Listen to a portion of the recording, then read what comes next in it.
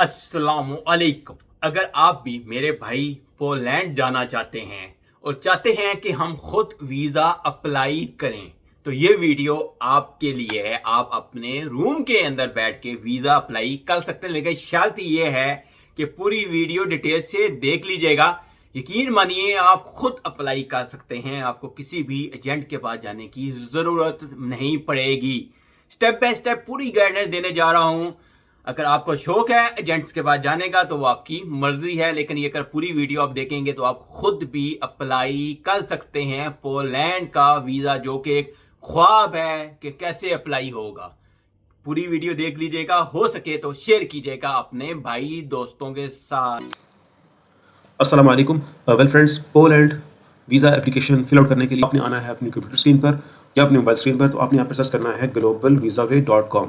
globalvisaway.com को जैसे आप ओपन करेंगे ये वेबसाइट आपके सामने ओपन हो जाएगी और यहाँ पर आप ऑलरेडी देख सकते हैं कि टूरिस्ट वीज़ा का ऑप्शन है। टूरिस्ट वीज़ा का ऑप्शन सेलेक्ट करने के बाद आपने इसकी सब कैटेगरी में आना है Shenzhen visa. Shenzhen visa category के अंदर फर्स्ट आपको नजर आ रहा है वो है पोलैंड। पोलैंड पर क्लिक करेंगे तो आपके सामने पोलैंड की विंडो ओपन हो जाएगी। यहाँ पे आप देख सकते हैं स्क्रॉल डाउन करने के बाद लेफ्ट साइड पे ऑलरेडी पोलैंड विंडो शो हो रही है। यहाँ पे आपने क्लिक करना है अप्लाई नाउ पर।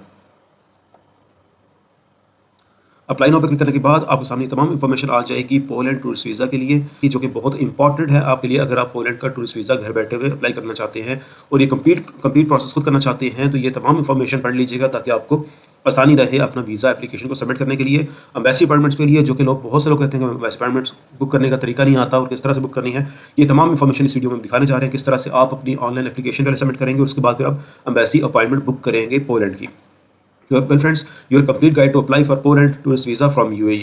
Of course, ये सिर्फ ना कि UAE के लिए बल्कि जितने भी गल्फ कंट्रीज़ हैं, ओमान, कतर, बहरीन, सऊदीया और जो भी जिस कंट्री में आप रहते हैं उनके लिए तमाम ऑलमोस्ट सेम ही प्रोसीजर आपके लिए होगा। तो step by step application process. Step 1, determine your type of visa. First आपने देखना है कि आपका वीज़ा नेशनल वीज़ा है या आपका टूरिस्ट वीज़ा है। नेशनल वीज़ा आपका होता है अगर आप वर्क परमिट या एम्प्लॉयमेंट वीज़ा पर जा रहे हैं तो आपने नेशनल वीज़ा सेलेक्ट करना होता है। अगर आप टूरिस्ट वीज़ा पर जा रहे हैं तो आपने शेंजन वीज़ा सेलेक्ट करना होता है, जो कि टाइप सी वीज़ा है। Prepare your documents. आपने अपने डॉक्यूमेंट्स प्रिपेयर करने हैं, ये बहुत ही इंपॉर्टेंट चीज़ है। प्रिपरेशन डॉक्यूमेंट की प्रिपरेशन में आपको सबसे पहले क्या होता है, visa application form through the e consulate print and sign. आपने ई काउंसलेट की वेबसाइट पर जाना है जिसका लिंक ऑलरेडी इस वीडियो के नीचे दिया गया है और ऑलरेडी इस वीडियो के अंदर इसी पेज के अंदर आप देखेंगे लास्ट में ई काउंसलेट का लिंक आपको मिल जाएगा, जो कि बहुत इंपॉर्टेंट है आपके लिए अगर आप पोलैंड का टूरिस्ट वीज़ा घर बैठे हुए अप्लाई करना चाहते हैं और ये कंप्लीट प्रोसेस खुद करना चाहते हैं। तो ये तमाम इन्फॉर्मेशन पढ़ लीजिएगा ताकि आपको आसानी रहे अपना वीज़ा एप्लीकेशन को सबमिट करने के लिए। एम्बेसी अपॉइंटमेंट्स के लिए, जो कि बहुत से लोग कहते हैं कि एम्बेसी अपॉइंटमेंट्स बुक करने का तरीका नहीं आता और किस तरह से बुक करनी है, ये तमाम इन्फॉर्मेशन इस वीडियो में दिखाने जा रहे हैं। मैंडेटरी डॉक्यूमेंट्स लिस्ट में आपकी जो है सबसे पहला डॉक्यूमेंट्स है visa application form completed through the e consulate printed and signed. आपने ई काउंसलेट, जो कि पोलैंड की ऑफिशियल वेबसाइट है, वहाँ पर आपने ऑनलाइन ही फॉर्म को फिल करना है। फिल करने के बाद आपने डाउनलोड करना है, उसे प्रिंट करने के बाद आपने साइन करना है। ये आपका वीज़ा एप्लीकेशन फॉर्म होगा। उसके बाद आपको पासपोर्ट जो है ऑलमोस्ट मिनिमम 3 मंथ वैलिड होना चाहिए जब आप अपना टूर फिनिश करके वापस आ रहे हों पोलैंड से। Your residence proof, UAE proof of residence आपको चाहिए होगा। इसमें आपका एमएस आईडी होगा। अब जिस कंट्री से हैं आपको अपना कामा चाहिए होगा, आपकी आईडी चाहिए होगी। वहाँ पर आपने ऑनलाइन ही फॉर्म को फिल करना है। फिल करने के बाद आपने डाउनलोड करना है, उसे प्रिंट करने के बाद आपने साइन करना है। नंबर 4 पे आपको चाहिए होंगे पासपोर्ट साइज फोटोग्राफ्स, जो कि आपके शेंजन के स्टैंडर्ड के होने चाहिए। उसके बाद 5 में आपका है ट्रैवल प्रूफ। ट्रैवल प्रूफ में आपको चाहिए होगा रिटर्न फ्लाइट टिकट चाहिए होगी, आपकी होटल बुकिंग आपको चाहिए होगी, financial proof of means, financial proof, original bank statement आपको चाहिए होगी फॉर लास्ट 3 मंथ्स की। आपको ट्रैवल इंश्योरेंस करना होगी जो कि 30,000 मिनिमम कवर करे आपके शेंजन के टूर को। आपको एनओसी लेटर चाहिए होगा। आपके स्पॉन्सर का बिजनेस ऑनर है तो बिजनेस लाइसेंस चाहिए होगा, बिजनेस ट्रेड लाइसेंस चाहिए होगा। स्टूडेंट है तो स्टूडेंट का एनरोलमेंट लेटर आपको चाहिए होगा यूनिवर्सिटी या कॉलेज का। तो स्टेप 3 में schedule your visa appointment. Of course आप जब ई काउंसलेट की वेबसाइट पर जाने के बाद अपना online visa application form complete कर लेंगे, उसे प्रिंट आउट कर लेंगे, वहाँ पर साइन करने के बाद अपना नेक्स्ट जो प्रोसीजर है वो है अपने ऑफिशियल उसी वेबसाइट से आपने अपनी ऑनलाइन वीज़ा एप्लीकेशन फिल करने के बाद और वहाँ से आपने अपनी अपॉइंटमेंट बुक करनी होती है। All applicants must registered and book the appointment through the Poland official E consulate system.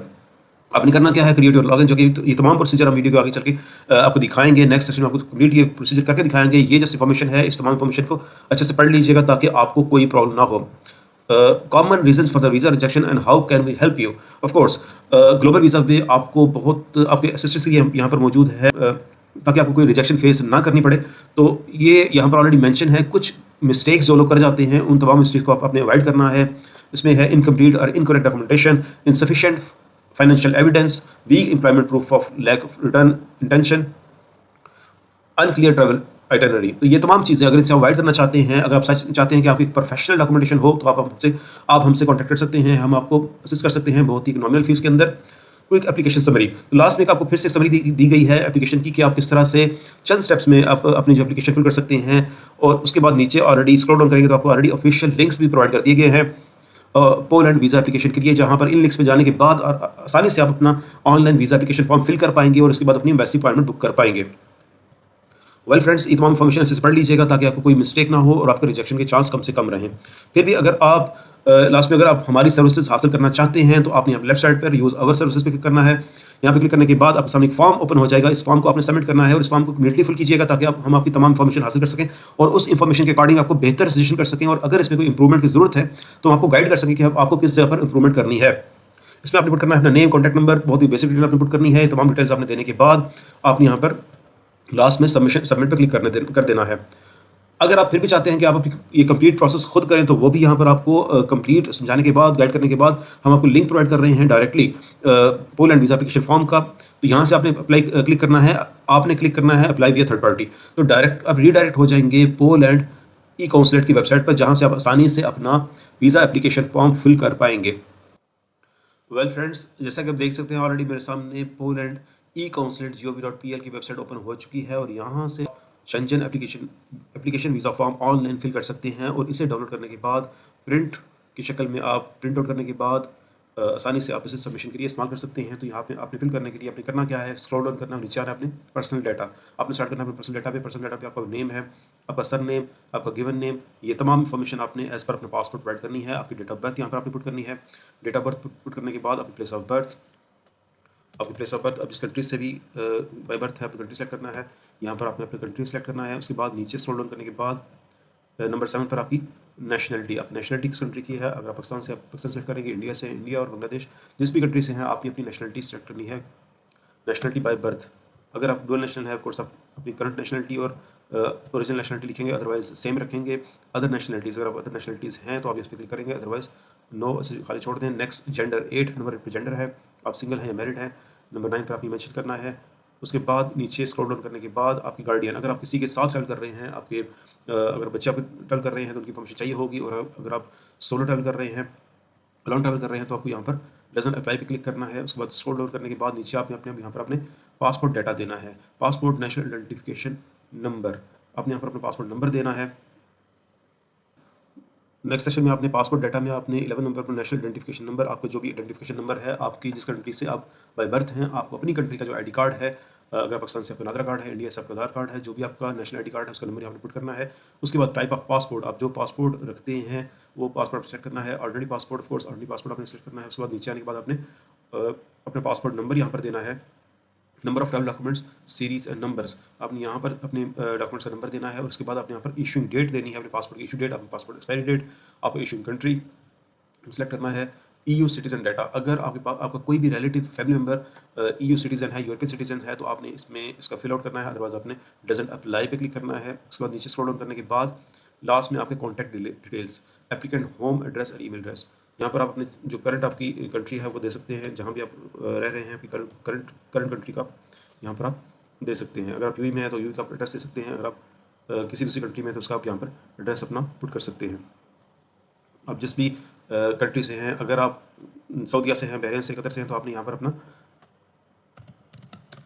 यहाँ पर अपने भी एड्रेस देना है, अपना हाउस नंबर, फ्लैट नंबर, ये तमाम इन्फॉर्मेशन देने के बाद यहाँ पे आपने ईमेल आईडी, अपना ईमेल आईडी देना है, नीचे फ़ोन नंबर देना है और फ़ोन नंबर के साथ आपका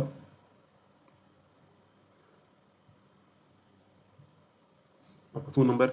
अदर डाटा में है resident in the country other than your nationality, yes. अगर आप अपनी कंट्री से अलावा किसी दूसरी कंट्री में रह रहे हैं, फोर्स आप इस कंट्री में रह रहे हैं, आपने उस कंट्री का तमाम डाटा यहाँ पर देना है। यहाँ पर आप अपने जो करंट आपकी कंट्री है वो दे सकते हैं, जहाँ भी आप रह रहे हैं, आपकी करंट कंट्री का यहाँ पर आप दे सकते हैं। अगर आप यूएई में हैं तो यूएई का एड्रेस दे सकते हैं। अगर आप किसी दूसरी कंट्री में हैं तो उसका आप यहाँ पर एड्रेस अपना पुट कर सकते हैं। आप जिस भी कंट्री से हैं, अगर आप सऊदीया से हैं, बहरीन से, कतर से हैं, तो आपने यहाँ पर अपना अपने भी एड्रेस देना है, अपना house. Well friends, contact details में applicant home address and email address, यहाँ पर आपने अपने कंट्री का, जिस कंट्री के आप नेशनल है, आपने उस कंट्री का यहाँ पर एड्रेस देना है। उस कंट्री के अंदर अपना जो परमानेंट एड्रेस आपने वो देना है। यहाँ पर अपना पर्सनल एड्रेस आपने मेंशन करना है अपनी कंट्री का, जिस भी कंट्री से आप ताल्लुक़ रखते हैं, आपने अपना वहाँ का एड्रेस देना है। स्ट्रीट नंबर आपने देना है। उसके बाद नीचे आपका हाउस नंबर, और इससे नीचे आपने अपने ईमेल आईडी और अपना कॉन्टैक्ट डिटेल्स अपनी होम कंट्री की आपने देनी है। अगर आप पाकिस्तान से हैं तो ऑफकोर्स अपने पाकिस्तान का कॉन्टैक्ट डिटेल देनी है।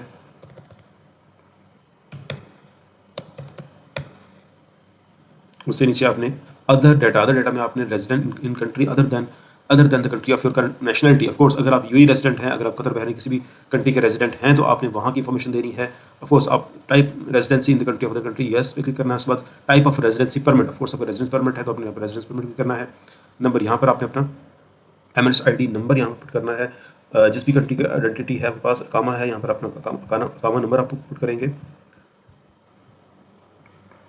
वेल फ्रेंड्स, कॉन्टैक्ट डिटेल्स में applicant home address and email address, यहाँ पर आपने अपने कंट्री का, जिस कंट्री के आप नेशनल है, आपने उस कंट्री का यहाँ पर एड्रेस देना है। उस कंट्री के अंदर अपना जो परमानेंट एड्रेस आपने वो देना है।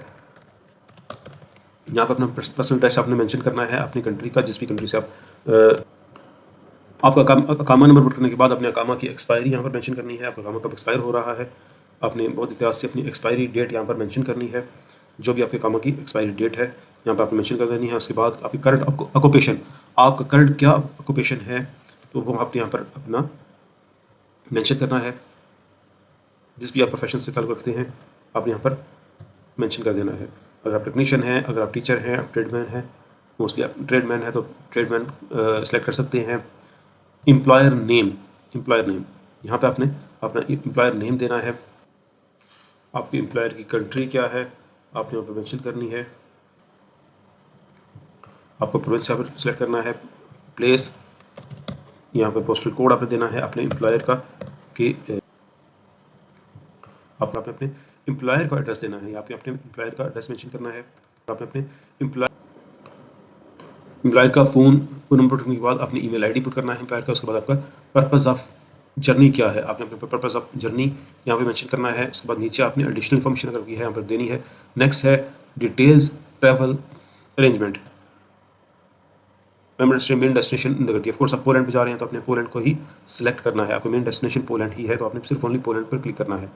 उसके बाद the member of state which main destination country of Poland है, member of state country of stay first, of course Poland में स्टे करने वाले हैं, यहाँ पे आपने पोलैंड ही सिलेक्ट करना है। Number of entries, single entry के लिए अप्लाई कर रहे हैं, सिंगल एंट्री करना है। नंबर ऑफ ड्यूरेशन, आप कितने दिन वहाँ पर स्टे करने वाले हैं यहाँ पर आपने मेंशन करना है। आपकी डेट ऑफ अराइवल क्या है, आपने जिस दिन वहाँ पर अराइव करना है, लैंड करना है, वो डेट यहाँ मेंशन करनी है। जिस दिन आप intended to date of departure, जिस दिन आप लीव करेंगे शेंजन को, जब आपकी फ्लाइट होगी वापसी की, वो डेट यहाँ पर आपने मेंशन करनी है।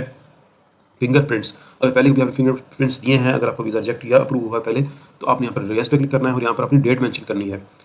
तो वीज़ा स्टिकर नंबर यहाँ पर देना पड़ेगा, और अगर आपके पास प्रीवियस वीज़ा है, अदरवाइज आपने जस्ट डेट मेंशन करनी है जिस दिन आपने वहाँ पर फिंगरप्रिंट्स दिए थे। Doesn't apply enter, if doesn't, ये अप्लाई नहीं करता entry permit for the other countries final destination, yes of course ये जो फाइनल डेस्टिनेशन आपकी है, ऑफ कोर्स यूएई है, तो आपने यूएई का रजिस्ट्रेशन नंबर चाहिए होगा, वैलिडिटी चाहिए होगी। Surname and given name for the hotel person a member state, if not applicable name of hotel temporary residence in address.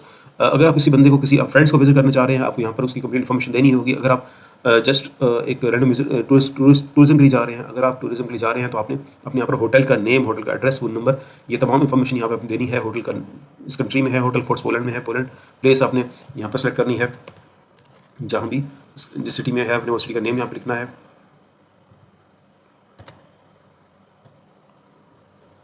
ये तमाम इन्फॉर्मेशन आप अपनी होटल बुकिंग से लेकर यहाँ पर फिल आउट कर सकते हैं। उसके बाद लास्ट में होटल का कॉन्टैक्ट नंबर आपको मेंशन करना है। ये तमाम इन्फॉर्मेशन फिल करने के बाद number of address inviting company force तमाम एप्लीकेबल नहीं है। लास्ट में आप देख सकते हैं कि आपको यहाँ पर data of the person covering expenses, ये बहुत इंपॉर्टेंट है कि आप अपनी जो है एप्लीकेंट फोर्स कौन आपकी कॉस्ट कवर करने जा रहा है। अगर तो आप इनवाइटेड है किसी बंदे की तरफ से, अगर कोई बंदा आपको इनवाइट कर रहा है तो ऑफ कोर्स वो भी यहाँ पर अपनी मेंशन कर सकता है कि वो तमाम कॉस्ट ये कवर करने वाला आपका फ्रेंड है, आपका रिलेटिव है, कोई भी है। और अगर आप खुद करने वाले हैं तमाम कॉस्ट को, आप तमाम ट्रैवल के एक्सपेंसेस आप खुद करने वाले हैं, तो आपने क्लिक करना है एप्लीकेंट पर। मीन ऑफ सपोर्ट में कैश है, प्रीपेड अकोमोडेशन, ये तमाम चीज़ें आप जो भी आप, अगर आपका क्रेडिट कार्ड है तो अपने क्रेडिट कार्ड पे करना है, अदरवाइज कैश, प्रीपेड अकोमोडेशन अगर आपने ऑलरेडी पेड कर रखी है अकोमोडेशन तो आपने प्रीपेड अकोमोडेशन पर क्लिक करना है, और अगर प्रीपेड ट्रांसपोर्टेशन आपने कर रखी है तो आपने इसे यस करना है, अदरवाइज इसे सिलेक्ट नहीं करना। Surname of the first name of filling the application form in different from the applicant. अगर कोई दूसरा बंदा आपके बिहाफ पर एप्लीकेशन फिल कर रहा है तो वो यहाँ पर अपना गिवन नेम प्लेस तमाम इन्फॉर्मेशन यहाँ पर देगा, और अगर आप ये खुद कर रहे हैं तो आपको ये तमाम इन्फॉर्मेशन देने की ज़रूरत नहीं है। इसके बाद एप्लीकेशन स्टेटमेंट, यहाँ पर आपने तमाम को यस करना है, क्लिक करना है, ये तमाम एग्रीमेंट को यस करना है। ये इन तमाम चीज़ों को अच्छे से पढ़ लीजिएगा ताकि आपको रूल्स और रेगुलेशन मालूम हो सके पोलैंड के। यहाँ पर चूँकि टाइम कमी है इसलिए मैं तमाम चीज़ें आपको बहुत ही शॉर्ट टाइम में कम्प्लीटली मैंने बता दी। जो इंपॉर्टेंट थिंग थी, जो भी इंपॉर्टेंट इन्फॉर्मेशन थी, तमाम इन्फॉर्मेशन यहाँ पर फिल आउट करने के लिए मैंने बता दी। इस तरह से आप वीज़ा एप्लीकेशन अपना कंप्लीट करेंगे। तमाम इन्फॉर्मेशन एक बार फिर से वेरीफाई कर लीजिएगा ताकि इसमें कोई मिस्टेक ना हो। तमाम इन्फॉर्मेशन वेरीफाई करने के बाद आपने क्लिक कर देना है यहाँ पर कंटिन्यू। तमाम इन्फॉर्मेशन एक बार फिर से वेरीफाई कर ली। Well friends, e consulate online visa application form को फिल करने के बाद एक दफ़ा आप कम्प्लीटली इसे वेरीफाई कर लीजिएगा कि आपने कोई मिस्टेक तो नहीं की। कंप्लीट ये तमाम जितने भी पॉइंट्स हैं तमाम पॉइंट्स को अच्छी तरह पढ़ लीजिएगा, और जो इन्फॉर्मेशन आपने प्रोवाइड की है उसे डबल चेक कर लीजिएगा, और डबल चेक करने के बाद आप स्क्रॉल डाउन करने के बाद नीचे आकर क्लिक कर देंगे कंटिन्यू पर। Well friends, e consulate online visa application form, जैसे आप कंटिन्यू क्लिक करेंगे तो make sure your data entered visa application form is correct and save button confirm the correct button if you need to amend anything in the application any error reports.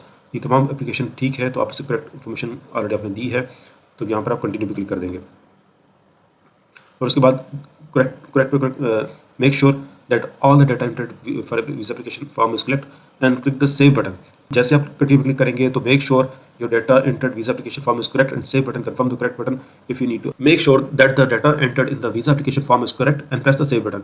एक दफ़ा फिर verify कर लीजिएगा आपकी तमाम information correct है, और जैसे आप मेक श्योर कर लेंगे आपकी तमाम इन्फॉर्मेशन दी गई इन्फॉर्मेशन करेक्ट है, उसके बाद आप यहाँ पर आकर सेव पर क्लिक कर देंगे, और इस तरह से आपके online visa application form generate हो जाएगी। आप देख सकते हैं already visa application form number भी दे दिया गया है, और यहाँ पे आपने प्रिंट पे क्लिक करना है। प्रिंट पे जैसे क्लिक करेंगे तो आपके सामने आपकी तमाम वीज़ा एप्लीकेशन फॉर्म देखें ऑलरेडी मेरे सामने आपकी मेरी वीज़ा एप्लीकेशन फॉर्म ऑलरेडी मुझे मिल चुका है, और ये है वो बारकोड नंबर एप्लीकेशन का। तो इस तरह से ये एप्लीकेशन फॉर्म अपने इसका प्रिंट आउट लेना है, और प्रिंट आउट लेने के बाद आपने यहाँ पर एक्चुअली सिग्नेचर ऑफ एप्लीकेंट, यहाँ पर आपने अपने सिग्नेचर करने हैं, यहाँ पर डेट यूज़ करनी है और प्लेस एंड डेट।